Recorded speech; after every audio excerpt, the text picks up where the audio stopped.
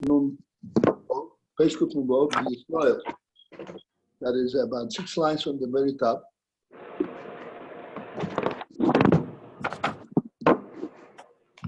The Rebbe says, the Emunah is equally all.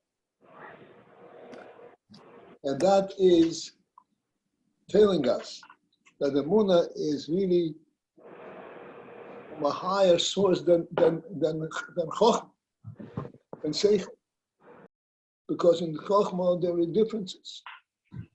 Emunah, there are differences between one another. We already discussed this. It's a really an amazing statement. All Yidden have Emunah identically. Even Achmon someone who is seeking a different path in life than Kiddish Hashem, he still has Emunah in his Neshoma, identical to the tzaddik. Because this is something which is superimposed on the Neshoma from a higher source.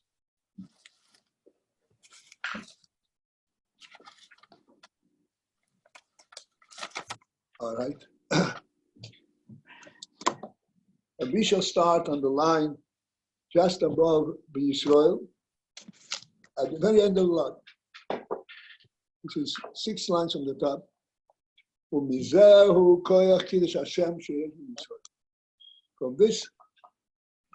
high level,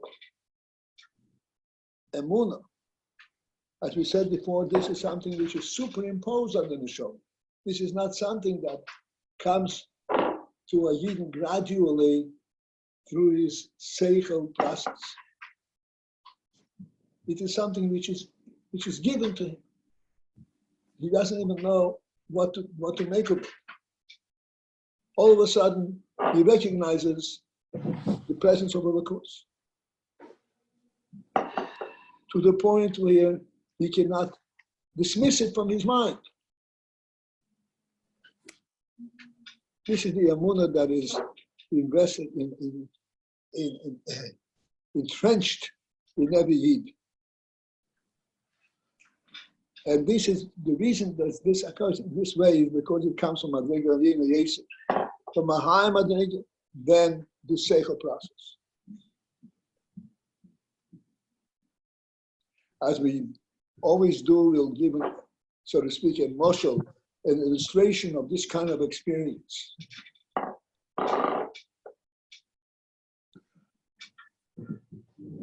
After the illustration, we try to project how it applies to what we're discussing. Nonetheless, it's a valid illustration. That is, when one stands on the ground, he observes all the goings on the ground, all the movements, the human movements, the traffic movements, the airplanes flying overhead, and the police sirens and the traffic lights, the whole experience of life on the ground, on earth. It's a first-hand experience. Then he is raised up to a higher perch, to a higher level. He goes up much higher and he observes the whole phenomenon from above. He sees how everything is moving in its own way. As I mentioned the other day, it could be quite amazing to observe such a heavy movement, crisscross movement amongst human beings on cars and buses and all that, and yet everything proceeds in a peaceful and unchallenging manner. Everything finds its way. Everything finds its way. This presents to the person the sense, the recognition that yes, indeed, there are all kinds of different occurrences at the ground, but really there's something of a higher illumination that guides this entire movement. It's almost like we know ahead of time that we have to avoid this crashing, we have to avoid this fight. Although, of course, we're not aware of this. But it's being guided, it's being securely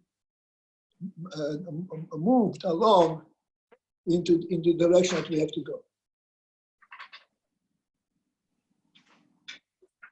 This is the way it appears, and this is the way it really is.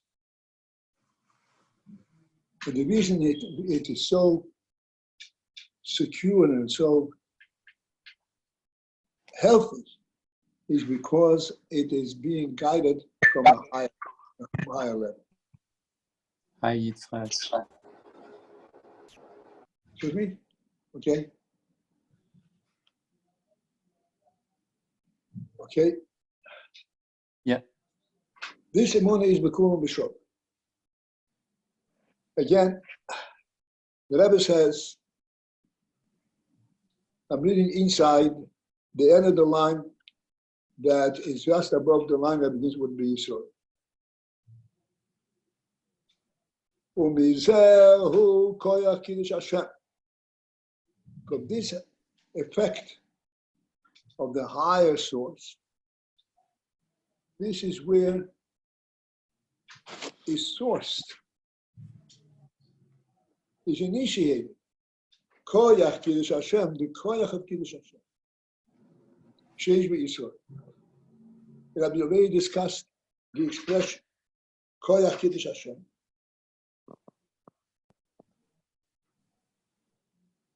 And we ask a question. Kiddish Hashem is implying giving up one's life. Giving up on one's life is not a koyach, it's not something that we initiate. It's something that's superimposed upon us by the opposition. Traditionally, typically, if a guy stands up and he wants to force a yid to violate the church in presence of Mebesh and the Kedusha, and he says no, and he gives up his life. This is not a koyach. This occurs from an outside force. This is not something that he initiates, and yet we call it koyach Kiddish Hashem. So we explained that yes, indeed, there is koyach Kiddish Hashem.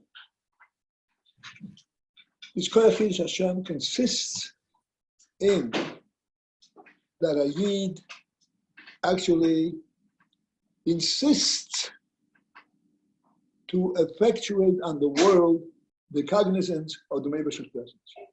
Now, which is not something that is forced upon him. On the contrary, he's on the front rows. He's on the front line. He screams to the world.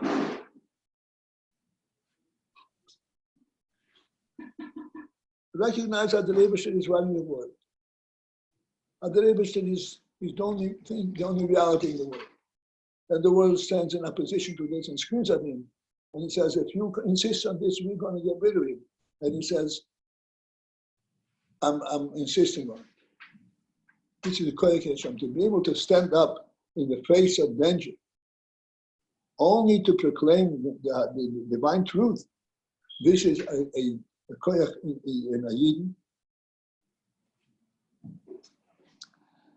that is sourced in what's called Emunah. Emunah, as we already discussed, Emunah is a steady light, steady flame that is burning in the Yiddish Neshoma. Does not need to be kindled because it's steady, steady flame. It's self-illuminating.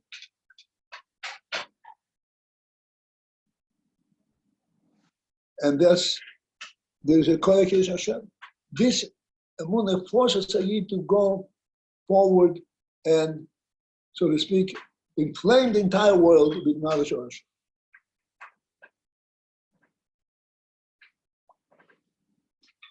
Now we continue further. The line begins with the word Yisrael, which is 6 lines from the top. V'gam, so too, Bechinas Ahava Mesuteres. The Bechinas, that aspect. Now we'll try to explain every word and every nuance here. Bechina means, we once discussed the expression, the word Bechina. The word Bechina literally means test. What's a test? It's like in a classroom, children are learning, and at the end of a session or a period, they are administered a test. And what is the point of this test? The point of this test is you'll be learning and you understood when you learned and so forth. But we are testing you to see what stuck in your mind. What did you retain? What is your real personal thing, thought process? You're now going to be asked questions out of context. How do you answer these questions out of context? That shows where your true realization is. That's what a Bechina is. And Bishop said, Bechinas Ahava Mesuteres. The Bechina, the test for Ahava, for the conceived Ahava. Where is it? Because you're living in a world that is completely opposite, has a completely opposite draw, opposite force. Somehow, under it all, there is a cognizance of an Ahava. What I really want is Elokus. And this is what's called Mesuteres. It's concealed. I'm not even aware of it. I don't know where it's coming from. But this is the true structure of the human soul, of the Jewish soul, Jewish mind. That is present in every individual, in every. You meet a Yid, and you say Shalom Aleichem, and you think that by you seeing, looking at him, and he says Shalom Aleichem, Aleichem Shalom, and you discuss with him whatever it is, the stock market or the weather, whatever it is, and you think that you're speaking to the entire person, the whole person. There is a subtle truth that is present in this interchange that neither one of you is aware of. That both of you really focus on a completely different reality, not on the reality of current experience, the present experience. You focus on Ahava Mesuteres and the Ahava to divine presence, to our experience. That is present in every individual Yid, Behelam and conceived. And what is this Ahava? This Ahava is not, I prefer something else. Ahava is a force, that actually he's looking for, to be incorporated, and he's looking to be connected to Elokus. He's talking to you a normal tone, a normal day-to-day encounter. You don't even know, you don't even perceive that he's got something else in mind. The truth is that he does not have another something else. This is something which occurs subtly even to himself. It's Ahava Mesuteres. He himself is not even aware of it in his seichel experience. But deep down in him,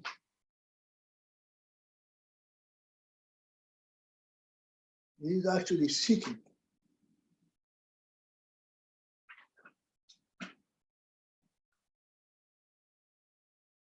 to be incorporated in the divine truth, not to be in the world. Excuse me, Rabbi Paltiel, could you adjust the phone a little bit? It's too low. Just make. You mean the view or the sound? No, it's your face is in the bottom of the frame. So. How is it now? Pretty good. Yeah, no. Go again. Do it again. Same thing. A little further away. And nope. Oh, okay. Like this, like yesterday. Okay. Perfect. No, much better. Thank you.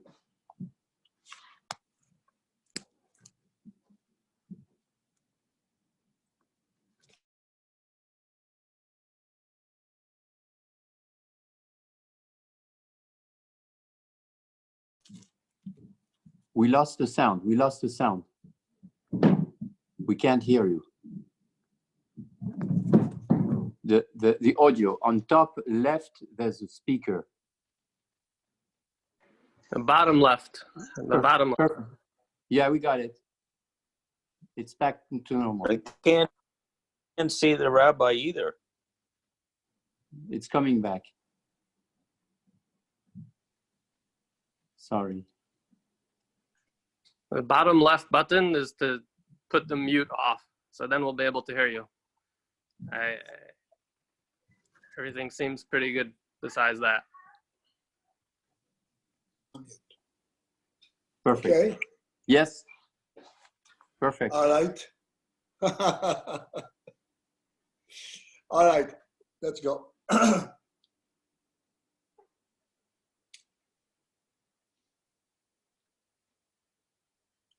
Again, we are on the top section of page Kuf Nun Vav, and we are just about 6 lines into it. The line begins with the word Be Yisrael, and the Rebbe says that there is a power in a Yid. It's called the power, Koyach, Kiddish Hashem, that he is actually bent on forcing the world to recognize Hashem, even if it means endangering himself. This is an inherent desire of the Neshoma. Let's explain that. Let's discuss this. Let's kind of contemplate. The Neshoma has an inherent desire to effectuate the divine truth upon the whole world. Will you come to teach the whole world? You're a little person. And yet this is the force. Doesn't make any sense. But this is the inner force in the Neshoma. It's constantly screaming out to him, go do this, your mission in the world. To the extent that it's telling him, forget about your own life, Kiddish Hashem. And this is the little voice that is inaudible even to him, but somehow it is troubling him and it is constantly annoying him, says, do your mission.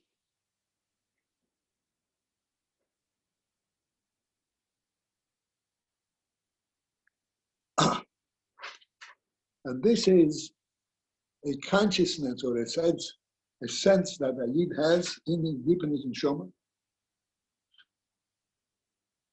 to seek to be incorporated in the godly truth, as opposed to be part of the worldly presence.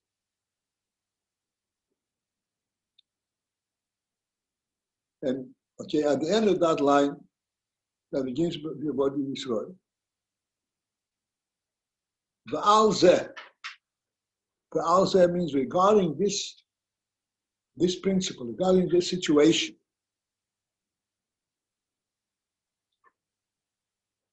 Yesh bechira b'kolecha miYisrael.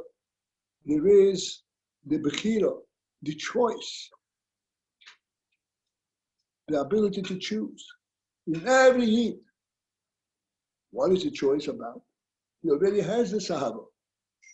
The choice is lehetzia, to bring, to reveal, to draw it out, to bring it forth. Be his galus, to be in a state, in a revealed state. Mehastira, from the concealed state. This is the Aveda of a Yid, that a Yid is entrusted with. To bring forth this Ahava, which is a gift, a divine gift into his soul. To focus in on this gift and bring it forth from a concealed state to a revealed state, to a functioning state. This is his Avodah.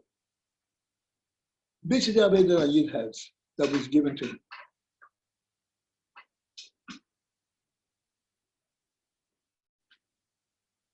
Sheyoyir, and how does it come to be? What does it mean?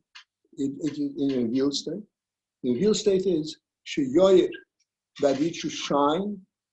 It should shine. Gam besichloi, also in his seichel, umoicha in his brain, ubeliba and in his heart.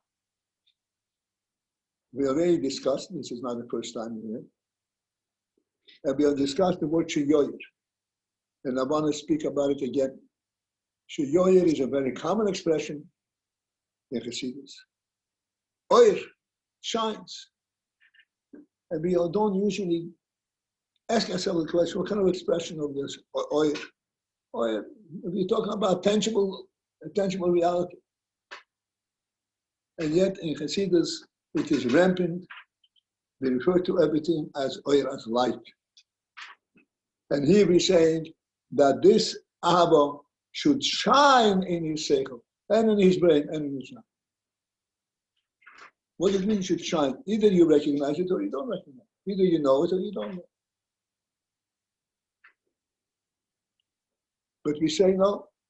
To know it is one thing, and what is the avodah that it has is not just to know it because he learned it and he understands what he learned, but it shines in his seichel.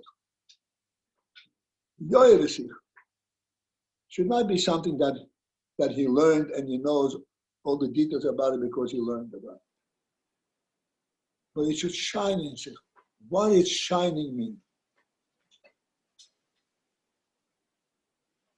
Again, we already discussed it the first time we came through this, but now we are going to be more careful, more emphatic on it. It should shine in his seichel and in his mind, and his brain, and in his heart. We explained that oir, light is really a very unique presence in the world.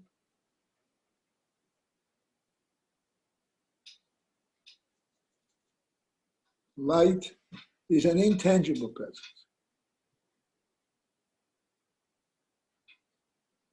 It comes and spreads forth. As long as you don't block it, it spreads forth unabridged, unlimited, and touches every last corner of the open space. That's light. You don't have to carry light. It goes in automatically. Light embraces the entire environment. What is this light that we are identifying with such grace? And we're saying that this light is not merely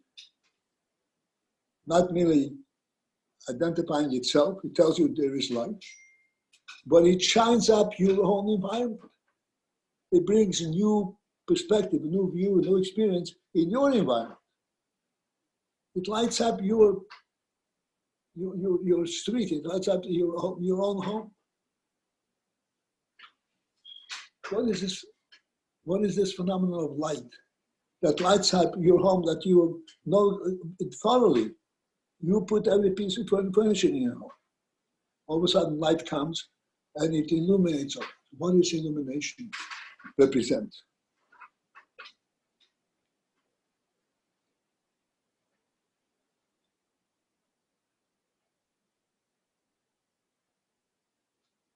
The principle of light is ultimately the effect of light.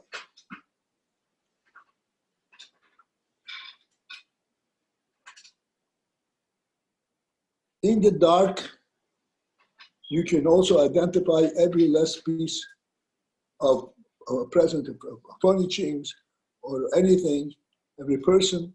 You can also identify everybody. As you walk through it and you touch your way around, you can identify everything in your environment.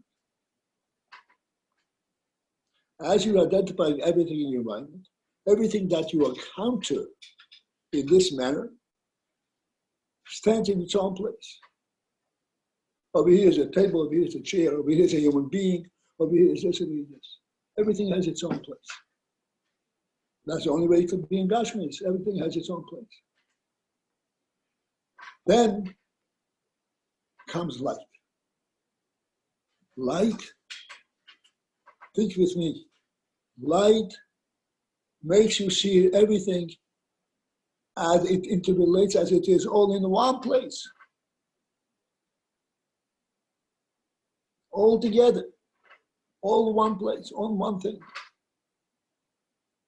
Light shines in the entire room, and everything that's in the room, you see it as part of the room, not as an additional piece in its own place.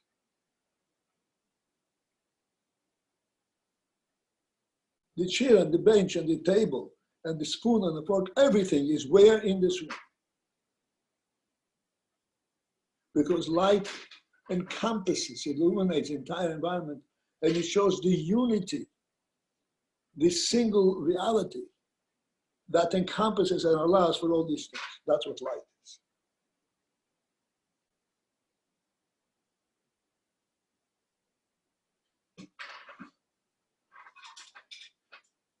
Light reveals to us that this entire huge world, the reason I say huge is not only in terms of size, but in terms of variety. What's going on in the world is in unlimited variety. All that is contained only in one reality. That's what light does. The hill and the mountains and the valleys and the rivers and the oceans and the deserts are really in one, within one reality. It's the same earth, the same reality. This is what light affects. The effect of light. Thus, when we come over here in the mind, and we say,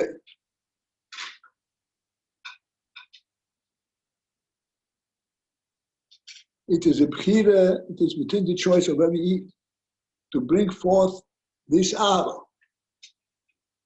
so that Yoir, it should shine in his seichel and meichel. When this Ahava shines, then he sees everything from one perspective. He sees everything as one truth. Everything is a divine truth. That's why it's called Yoir. It shines through. He doesn't have to identify each thing individually, touch it and observe it and make sense of it. He sees straight out what its truth is, because there's light shining on it. And it shines to the point where his seichel accepts, oh yeah, of course this is true. His moyach can accept it, his heart can accept it. In other words, he has no trepidations going there.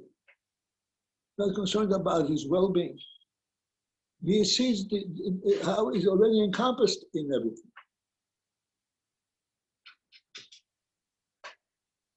And it is within, as the Rebbe says, the purview, the choice of every individual Yid to bring himself to that state, to bring forth this Ahava in a manner that his seichel would recognize how the entire reality is one thing. His heart would see how the entire reality is one thing. Not one thing, a worldly, super world, a divine reality. Not that it's all there one thing because it's visible by training. It's all encompassed in one divine reality. It says the same thing. It speaks to you, trying to connect you to expose you to the divine truth. This is why there's so much variety, because the divine truth provides for all this variety. It's all there because there is a divine truth in the world, not because people build so many streets and houses and trains.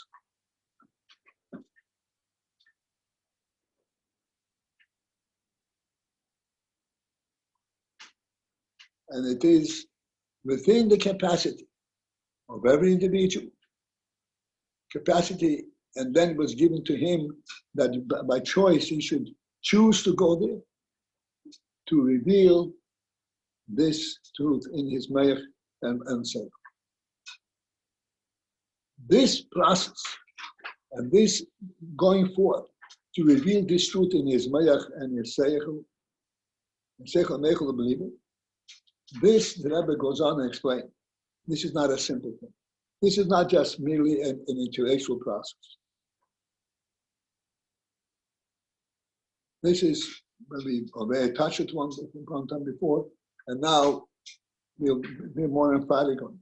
The whole, this in it, that this true, divine truth should shine in his seichel and in his mayach and in his heart. Who Bechinas kalo. This is really a bechina, an aspect that's called kalo. What is the bechina of kalo?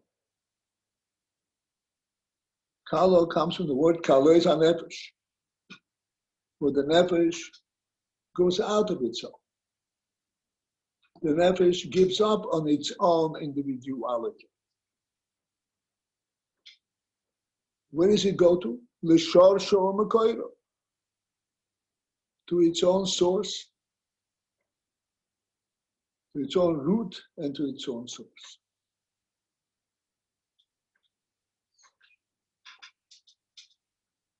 He's not interested in his personal experience. He wants to know where it's all coming from. And that is what he's drawn to, and that is what he connects. Where is this all coming from? Beliboy, in his heart, it should be revealed in his heart. V'nafshoy and his soul, u'me'oidoy, and b'moido. B'moido means, like we said, we have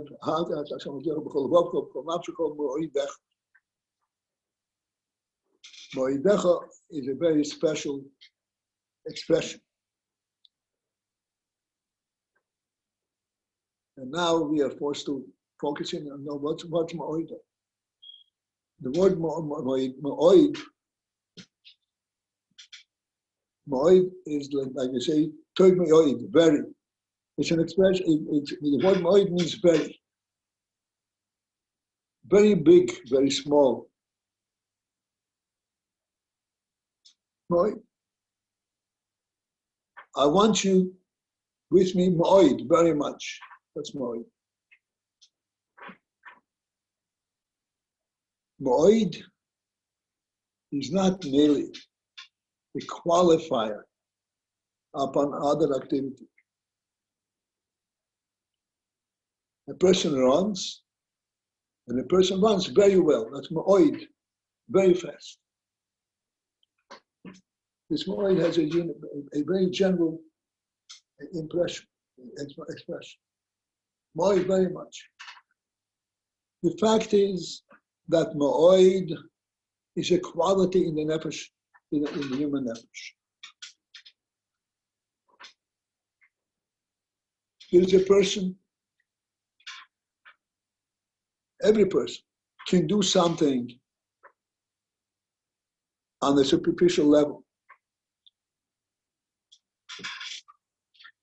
Just merely to satisfy a certain need. And then there is, when he goes further and brings forth his ma'oid, his essence. The person builds a home. A home is that which accommodates human life. Gives him a place to eat and to sleep and have his things. That's a home. Then, when he develops his seichel, and he appreciates the meaning of a home at a deeper sense, ma'oid, then he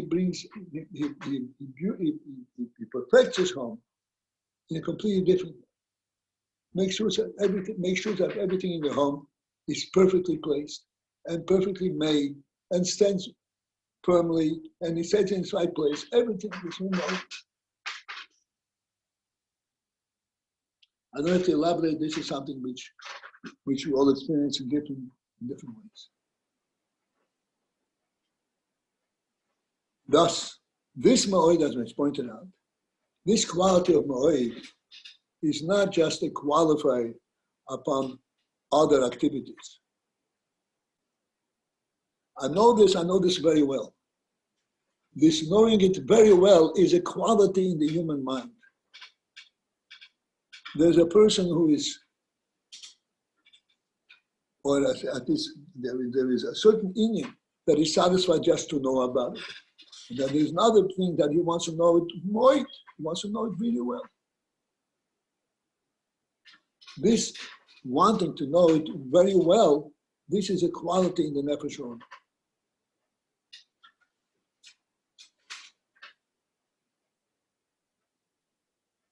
The quality in his Nefesh Order of Ma'oid is,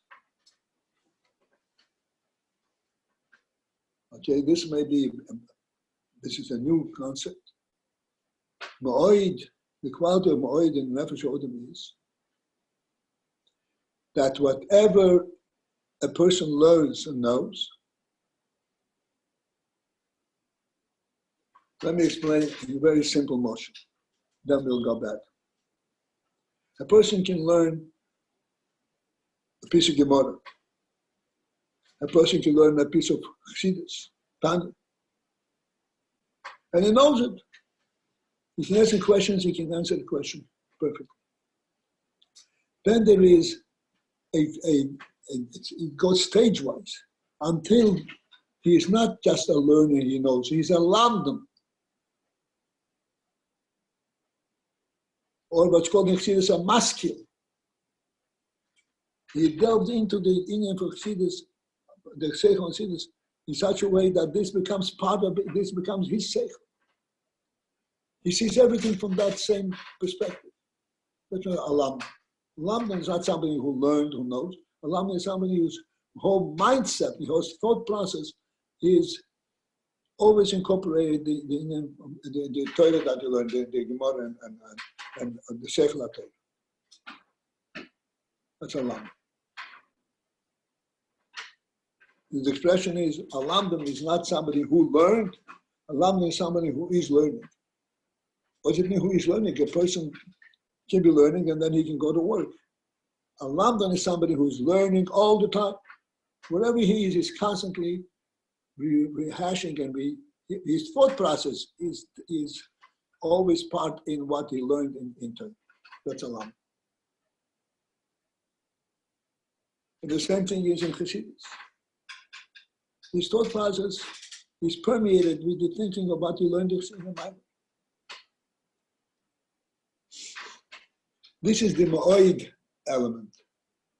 The ma'oid element in every person. What touched him to the depths of his soul that this becomes his reality? This goes with him wherever he is. There's a halacha, and we all know the halacha, that we are not allowed to learn Torah in the bathroom. Pardon me.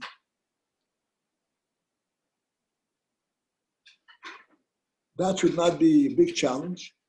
You close your sefer and then you go and do your thing and come out. But somebody whose mind is constantly processing the Torah that he learned, the Torah that he's learning, it became his ma'oid, became his reality. To him, this is a challenge. Not to think of what he learned. They say about the rugged shover that Mamish had a problem with this. That's right. It's a real problem, challenge.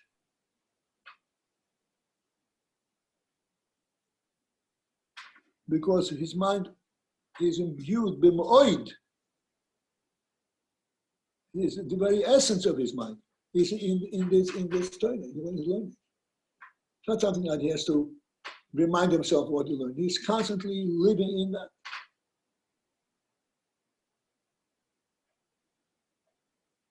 We had a Rosh Yeshiva when I was in Paris in Bruno.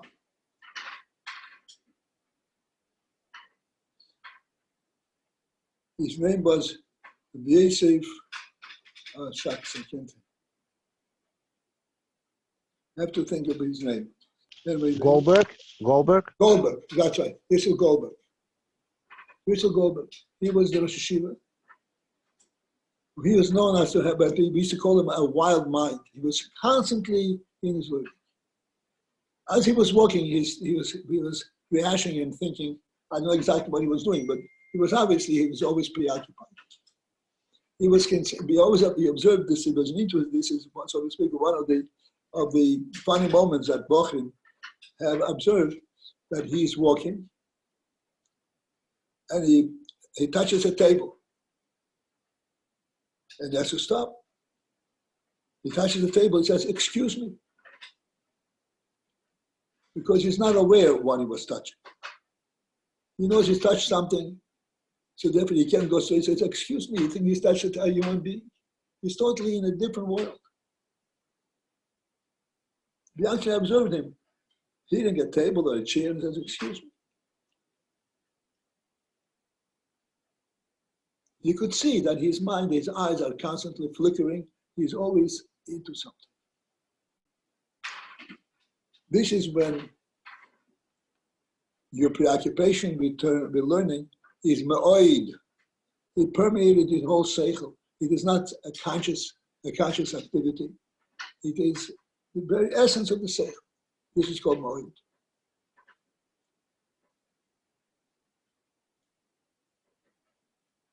The Rebbe says it is within the capacity of every Yid to the point where this is part of his Bechinas, this is part of the challenge that's given to him. That he, by choice, should go and bring forth this Ahava Mesuteres into his mind. And that this Ahava Mesuteres should shine in his seichel, in his moyach, and in his heart. And ultimately, b'moide.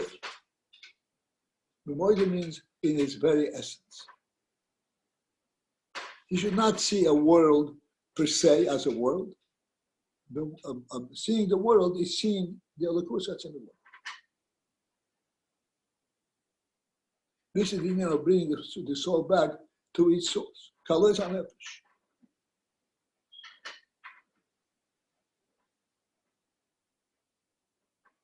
Kalez HaNefesh to the point that it's not just his seichel or heart, ma'oidoi, his very essence. All right. For the mamash. So we are now at the end of the line that goes Asatru Bechinas Kala. And we are at the very end of the line, who? V'zehu me'ha'oras. Okay? Everybody knows the place. V'zehu, this effect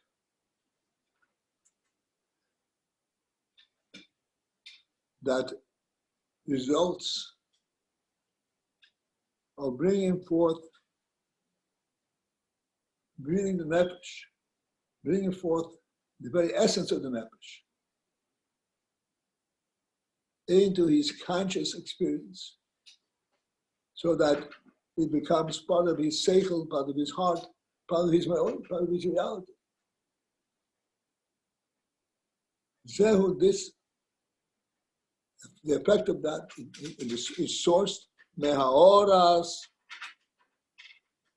from the shine, from the reflection of Bechinas Odom Kadmei. This is from the aura of the Bechina of Odom Kadmei. We already discussed even today a little bit what Bechina means, something that is not tangible, but if you delve deep down, you could discern this in it. Bechina, test. Bechinas Ak, the Bechina of Ak, that you can test a Yiddish Neshoma and see that the union of Ak sheyesh bebechinas maki b'neshoma Yisrael, that is present in a makif manner in the Neshoma. I don't know. Do I have a crowd over there, or am I talking to myself? Because I don't see anybody anymore. We are here. We're here. Oh, you're here. Yep. Okay. Nice to have company. We're here. Totally see We're the walls. listening. Totally What? here. We're listening. Okay.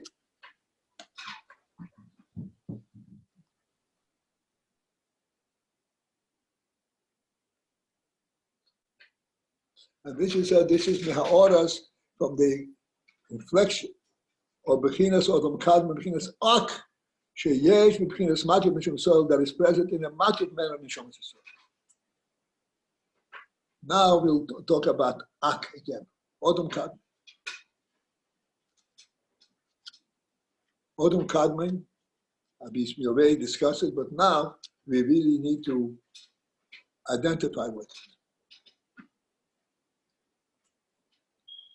This Odom Kadmon, the Rebbe says, is present in a makif manner in the Shabbos. Because Odom Kadmon is a super divine presence, such that cannot be fully incorporated in even in the Neshoma. Odom Kadmon, this is the presence of Elokus itself, not as it reflects in anything that Elokus creates or presents. Even the Neshoma. Neshoma is already a brio, a creation from Elokus. Odom Kadmon, this is Elokus itself.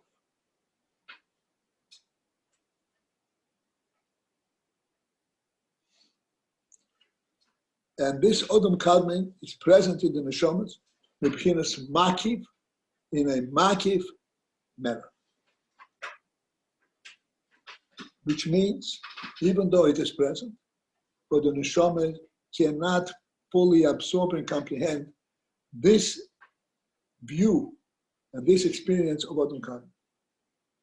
It's affected by it, but it doesn't belong to it. Again, here we need emotion, and we need to reflect on emotion.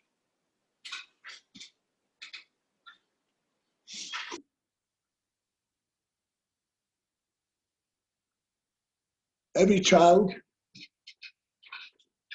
starts its education in a classroom.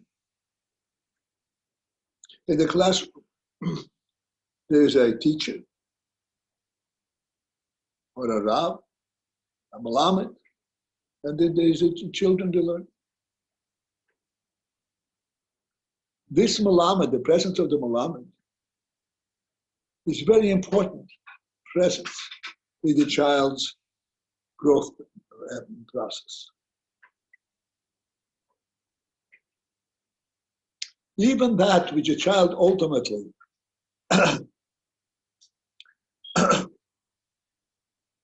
absorbs in his mind, and he knows clearly what he learned. It's an interesting phenomenon. Even that which he knows very well, you ask him a question he knows on his own. He inevitably, deep down in his mind, relates it to his teacher. This is what I learned from my teacher. Even though he knows it, he understands it on his own. It's important for him to correlate it to his teacher. The reason it's important for him to correlate to his teacher is, okay, I'm going to say something, I'd like everyone to disagree or agree in your own experience. The fact that it came from my teacher gives it substance, makes it real, makes it trustworthy, makes it something that I really subscribe to. I know it's true. That which I learned on my own, yes, I learned, I have proof of it. It is fluttering. I'm not so sure about it.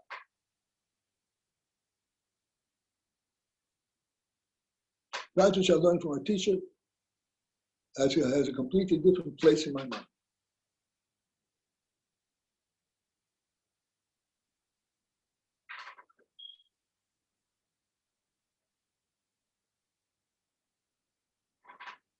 This is, in our case, we use it to emotional for Adam Kadmon. The Neshoma has its own seichel, and even higher than seichel, and it experiences all of this. And it's verified that it has no doubt at all about the inyan for Lakus that it knows. Nonetheless, the Neshoma itself is always referring back to where it comes from, where it got this knowledge from. The Neshoma itself is referring back to Adam Kadmon, which is the source of the Neshoma. The makif of the Neshoma is Adam Kadmon. The Neshoma is always referring back and giving credit, so to speak, to the makif, Adam Kadmon, for what it knows, even though it knows it already. Emunah itself, the knowledge of godliness, the conviction of the Emunah's presence, which in Neshoma experiences very profound. It has this buttress, it's strengthened by Adam Kadmon element that is encompassed in the Neshoma. This is what gives you substance, substantiates, even in the Neshoma.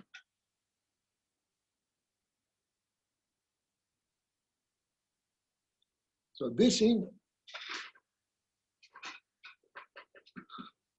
that a person has a koyach to bring forth. Oh, okay. That a person has the koyach to bring forth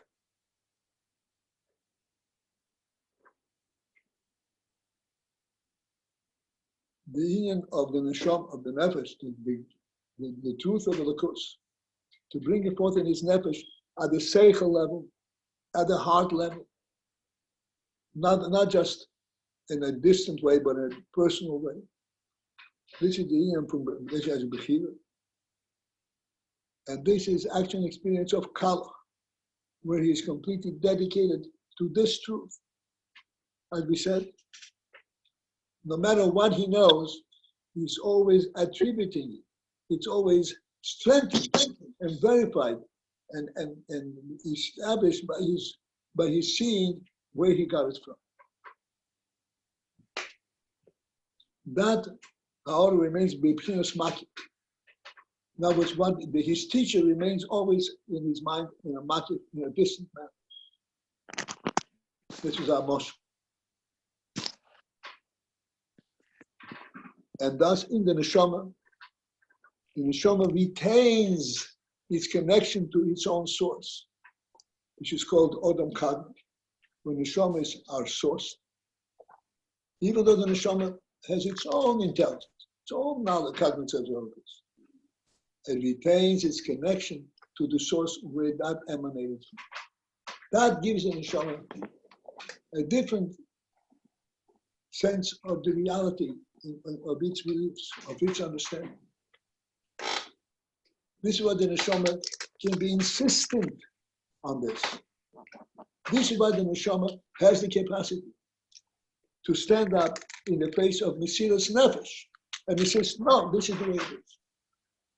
Because this I know not for myself, I know it from my teacher. This is not, has no compromise. He knows this bima oidoi. He knows this not by his seichel amidas. He knows this by his very essence. But makes him into a neshama.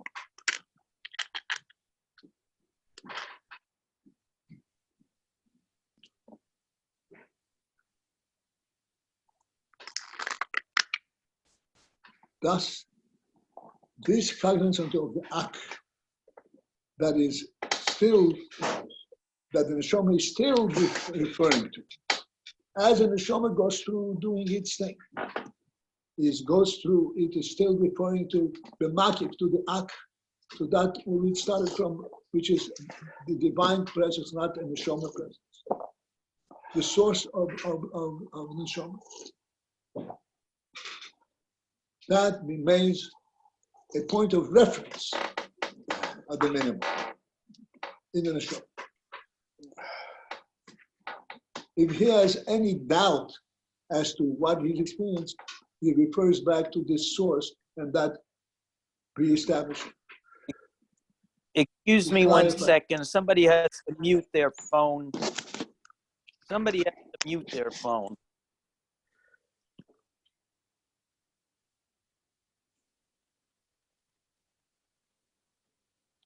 I should mute or unmute?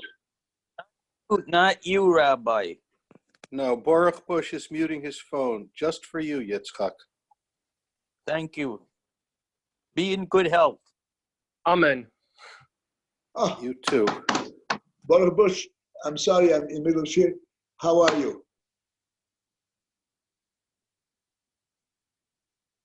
I'm doing okay, Rabbi. I'm doing okay, thank God. All right, Baruch Hashem, Baruch Hashem. Okay, I lost everybody here. How do I get back on? We're totally here. Okay, now you're back.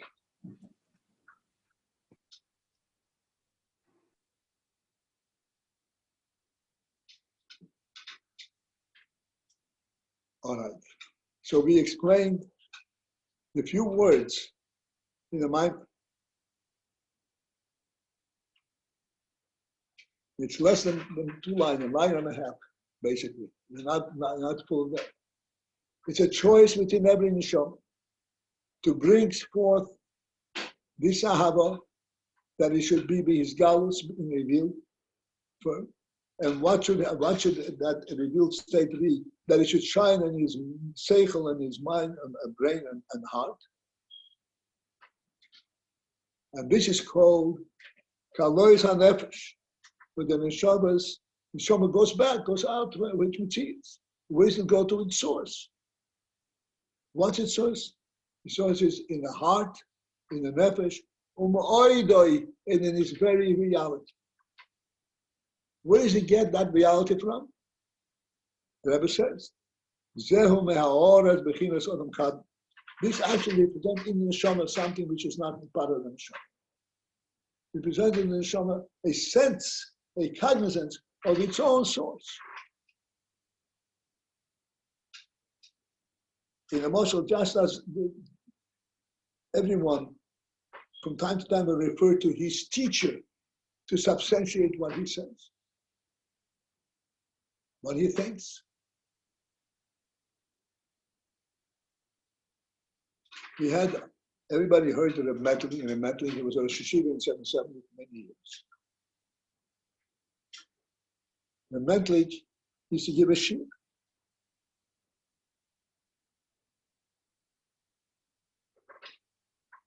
And he would explain in his shir the Gemara that we learn. And he would always, refer back to the explanation that his Rebbe, the Yidel, he said, Yehuda Eber. Remember Yehuda Eber? From time to time, he was giving a shir, he would say, Reb Yidel used to explain it this way. Yehuda Eber. This was when Simchat Min was in Russia, and this is what he learned by Reb Yidel. So even though he at that point he was a Rosh Hashiva in his own right,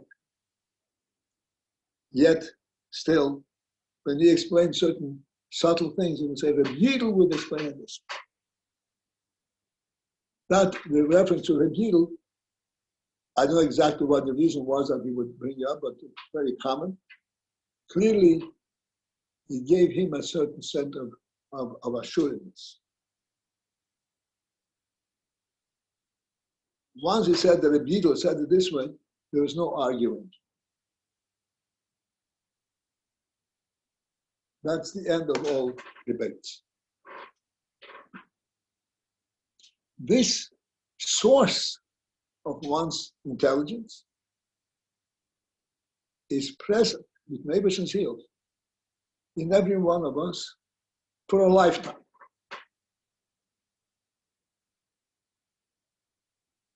Even to the extent that when we learn Aleph Beis, we do the Aleph Beis, we teach Aleph Beis to our children, it brings back the experience of learning Aleph Beis from our end.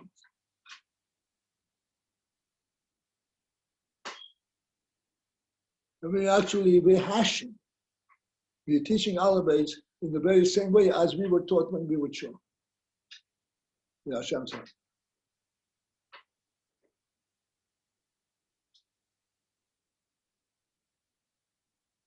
In other words, this source, this is what my order, this stays with us for a lifetime. The video went off. All right. Thank you. Came right back.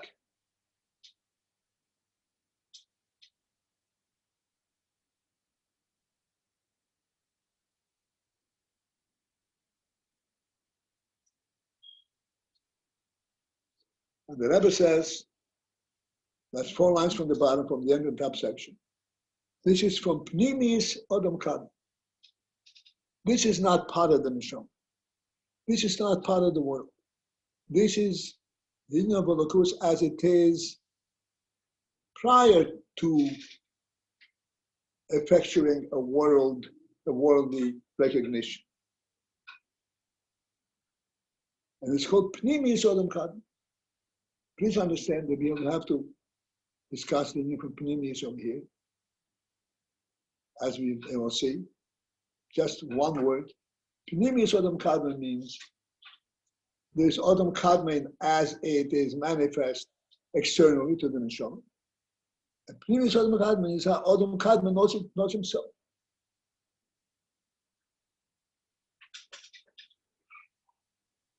That's what Pnimis Odom Kadmon.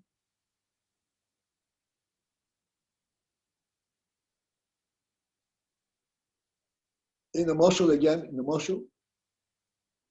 Neshoma, by us, in our own Seichel, we have our Seichel that we learn, and we have the ability to express the Seichel and to strengthen it and to prove it and discuss it in every which way. That very same Seichel, the reason that we are so confident of it, it's clearly not due to the arguments that we're presenting to our students. The reason we are so confident of it is because we see the Seichel from a pnimius, as an insider.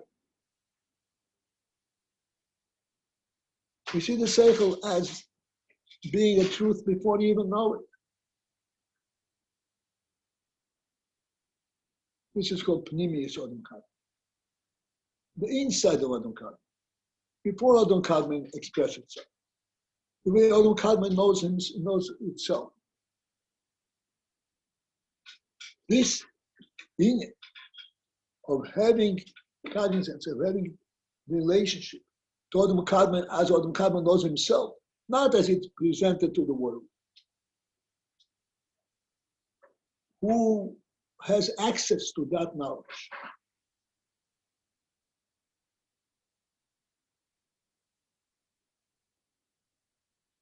Who has access to that knowledge? So the Rebbe says, "V'hi b'neshomas Yisrael dafka." This is true and present only with Neshomas Yisrael. It is not revealed to the rest of the world. The rest of the world does not know about it, has no access to it. Neshomas Yisrael have a touch, I can relate to it, have this cognizance.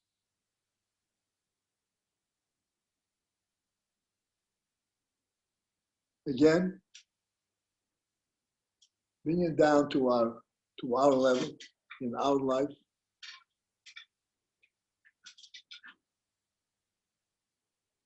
We each learn something from our parents. We learn from what they taught us, what they told us, and so forth. And we also know not what they told us, but we know how they think.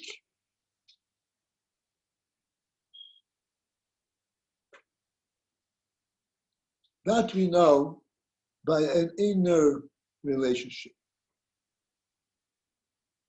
not by a communicatable concept.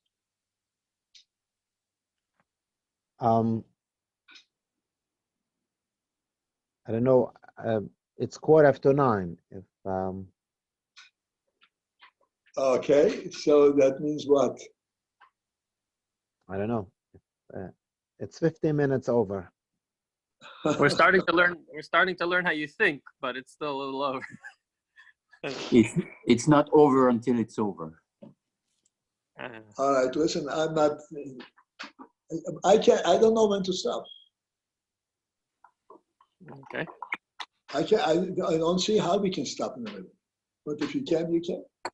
You'll have to stop and pick it up again. Guten Tag, Rabbi Paltiel. Kaya. How good you are. Oh, Baruch. Nice to hear your voice. Baruch, can I see you? No, you're not visible. My camera is not working, but Give it a here. good punch. Okay. I can see you. You look very right. well, Baruch Hashem. All right, Baruch Hashem, that I can hear your voice. Your voice is pretty solid and pretty strong. I'd like to see you, but next time. It's Hashem. Be well, everyone. Be well. Okay. We should stay with. We should be well. And we should remember that we have a source all the way up in Odom Kadmon.